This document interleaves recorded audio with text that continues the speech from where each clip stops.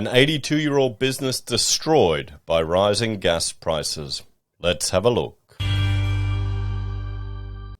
Hello everyone, Florian.heise here and welcome to an episode of HeiseSays. Grab your cup of coffee because I want to look at a sad article. This is about a Victorian business, Advanced Bricks. Its oven will go cold after 82 years in Stawell. So the business is closing down. A brick manufacturer in Victoria is closing down. Now, here's a few things I just want to point out to you. In Victoria, there's been a ban on onshore gas exploration for years, and, well, they quietly got rid of it. You know, Victoria quietly lifts its gas exploration pause, but banned fracking for good. It's bad news for the climate. This is from The Conversation. So, of course, you're going to get a political bias here. You know, and here's the thing. If you send the message to industry that you're going to squeeze, limit, restrict exploration and investment, then, well, you won't have capacity to meet market demands. Prices go up. What we want to do, what we should advocate for, is the government to get out of the way of all of this bullshit intervention in the market and unnecessary restrictions to allow investment in exploration to increase our capacity. Sure, gas is skyrocketing, so Australia should be able to produce even more and sell even more. Imagine all the jobs and opportunities that would create. I know people bitch and moan that some of these foreign companies aren't paying tax because they're writing off the exploration costs. These idiots seem to forget that they create jobs here in Australia. How many people do you know that work in the mining industry, that earn good money, good dollars, buy houses, invest, start a family, all here in Australia, everyone? That's what you want. You want these businesses. You want this exploration. You want this investment. You want this infrastructure because it creates Australian jobs. But this shows you what happens when you don't have that. We can't keep up. And, well, this is the green solution. A bid to ban new gas connections to homes to be launched by Victorian Greens. Okay? The Greens, who drag away the Australian flag, who pin all their hopes on renewable power when it fails again and again and again. You know what? For fun, let's have a look at, bring up the current energy market here. And let's have a look as I'm recording. So here we go. Oh, look at that. We've got some. The wind farms aren't all in the green. There you go, 55%, 80%. That's good. So here we've got one at 80%. This is closer to the actual output that it should be producing all the time to offset the embodied energy over its lifespan. Okay? That's what's necessary. So this is good. We're getting some right up there. Finally, for once, we're getting some good wind production. But, you know, solar's, well, it's dying now. It's night time. Yeah, so a bit more wind, but all the natural ones are still going hot over 100%. All the fossil fuels. Here in Queensland, same thing. Our wind isn't performing. In New South Wales, yeah, kind of. What about good old South Australia? Yeah, no, their wind is going good. We're getting a bit of wind now. This is nice. I'm not used to this. So often I'm seeing it not working at percentage that's required, everyone. But this is the thing. Here's an interesting consideration. You know how people say batteries will be the solution? There's a significant amount of embodied energy in batteries, and they only have a limited lifespan as well. And you don't need that when you just burn fossil fuels that you can get access to. But this is the green solution. Reducing your quality of life. They're going to reduce your quality of life. Do you think the Greens in their inner city apartments that already have all gas that can take advantage of it, do you think they're going to turn it off? Do you think they're going to stop using it? No. No, they won't. They'll keep voting for this shit and imposing limitations and reducing the opportunities that people can have. Sure, it's just gas, but having piped gas to your house is really convenient. It allows you to cook with gas, which is really good. You can heat with gas. This is energy that you can use. But the Greens don't want you to have that anymore. They're all about taking away your rights and reducing your quality of life. That's what it is. That's the party. So let's have a look at this sad story. So, regional businesses are beginning to buckle under the pressure of unaffordable power as Australia's gas crisis continues to bite. This is the thing. The market is sending signals. We're not responding to it. We haven't been able to respond to it. No investment has gone in this sector because it's all been thrown in bloody renewables. Okay? We shouldn't have that many wind turbines. We should have more gas plants. We should be using more gas. And if you're a cultist who's afraid of the impact we're having on the environment, very own Chief Scientist of Australia, Alan Finkel, said if we reduced the carbon emissions of the planet by 1.3%, it would make virtually no difference to climate change. Australia is not important enough to make any difference.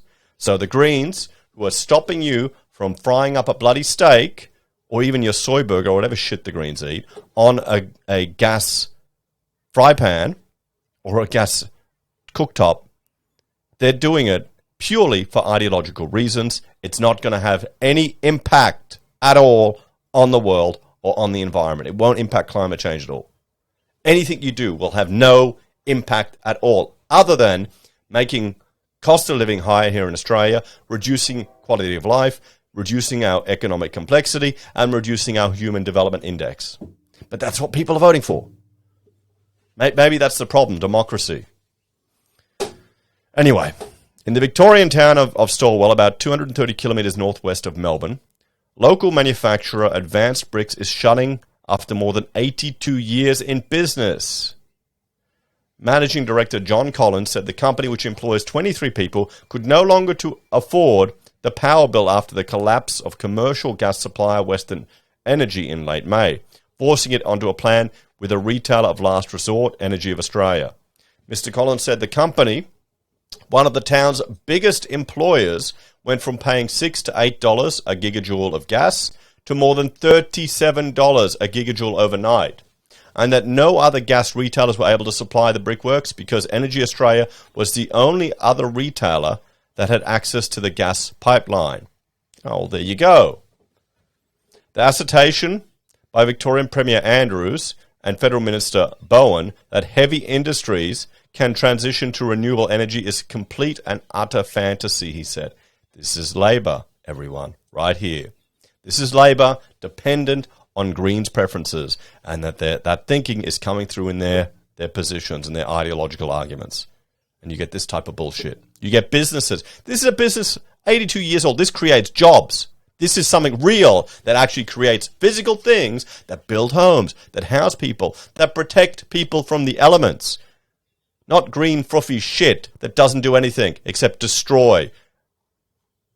I'm getting sick of this crap. It's just getting worse. I feel like for the next 3 years, we're going to be seeing more and more of this, and people will be too bloody stupid to realize why this is happening. Local Nationals MP Anne Webster said she feared a rolling tsunami of closures of businesses at the very time when we need manufacturing to pick up in Australia. No, manufacturing isn't going to pick up in Australia. Our energy costs are too high. We've got too many not in my backyard types that feel like they have an opinion over everything and can say on what people can do in their private businesses. And you've got everyone intervening in the market here in Australia. Energy Australia said it took on 390 business customers from failed gas retailer Western Energy on May 24th under the Victorian Retailer of Last Resort process, a feature of the national energy market. We shouldn't call it a market. It's not a market. If the government can come in and stuff it around, it's not a real market, is it? And why don't the other gas providers, don't they have access to this pipeline if it's a real market? Energy Australia said the gas rates it was offered were based on a range of factors, including what it costs to buy gas in a market where all providers are paying unusually high prices. Well, then increase capacity, increase output until the price goes down. Stawell and the broader Waimea region of Victoria is an open market, and we welcome greater competition that would provide businesses more choice, a spokesperson said. Other energy retailers may set up arrangements to provide gas through the pipeline owner. So devastating effect on Stawell. Robert McIntosh has worked at Advanced Bricks for more than 30 years, following in the footsteps of his father. He started as a boy and was paid 3 cents a brick to clean bricks after school. The former bricklayer now has an office job at the factory and said the closure of the business would have a devastating effect on Stawell. I think the brick oven will get turned off next week, he said. The bricks that are in there will be cooked, and once they come out, it will slowly be turned down and then turned off. Mr. McIntosh was not sure when the factory doors will be closed for the last time. I have a holiday in a month's time for 2 weeks, so that might be it. For the past 20 years, Administrator Lyle Scott has been processing accounts and payroll at Advanced Bricks. Lynn Scott. When she saw the handwritten names of the former employees in the old ledgers, she realized the business had employed a lot of people in the small town over many years. It was so nice to come to a family business and work for a family, and not just a number, she said. I'm very concerned about the owners, because they've been here all their life, and they live and breathe the business. We just work for them so we can walk away and do something else, but it's hard to see them do it and suffer, Miss Scott said. You let your staff go, you won't get them back. Conventional gas exploration and extraction has been permitted in Victoria since the middle of last year, but fracking and coal seam gas exploration are banned. Yeah, just now. It takes a long time to build infrastructure, to build projects, to build big investments. And who's going to invest in this shit? Who's going to invest in it? Every idiot in the media, they're all going down. Look at what happened to AGL. When they tried to split off the dirty coal, that was destroyed. So now they're going to destroy that part of the business here. There's no incentive to invest in anything of this. That you're going to get protesters, you're going to get public outrage against you. There's no political will to support it. Who's going to do it? Who is going to do it? Well, I don't know. Why don't we just put solar panels on the roof of the brick kiln? Yeah, that'll get it going. Just use solar panels. That'll fucking work, won't it? Okay, Andrews, we don't have fracking in the state. Well, you don't have industry then. Victorian Premier Daniel Andrews says experts believe there was a low likelihood of significant onshore conventional gas reserves in the state. We don't have fracking in our state, and we are very, very proud of that, he said today. The ACCC received 710 complaints regarding the conduct of energy companies last month, almost twice the average. So far this month, the ACCC has received 361, mainly from Queensland and New South Wales. It said it would be closely watching for anti-competitive or misleading conduct that could harm consumers. What about the conduct of our politicians that's harming consumers? Let's have a talk about this one. Now, this is what you get when you vote for policies that destroys energy, cheap energy, okay? When you limit exploration and investment. You've got we need to be blaming the banks and super funds that won't lend to these projects, okay? Because this is the outcome. Jobs, livelihoods, traditions destroyed. You want to be able, as an architect, I want to be able to specify an Australian-made bloody brick. I don't want them all coming over from China. It's just going to get worse, isn't it? It's just going to get worse. Anyway, let's hope people learn from this. They won't. In Victoria, I bet you Andrews will get in with a bloody landslide. These idiots will keep voting for the same fools. We need some blackouts. We need some blackouts. The system needs to fall over. There needs to be, some lessons learned by people. They need to face the consequences of their actions. Anyway, give me your opinion in the comments, guys. I'm getting sick of this. I feel like we're going to have 3 years of this shit. Anyway, thanks for watching. If you want to support the channel, there are a few ways you can. You can financially support us on YouTube or Patreon. Use any of our referral links you find below, or even buy our Pocket Square merch. Finally, contact us if you need an architect. Take care, guys. Have a great day. I will see you all in the next episode.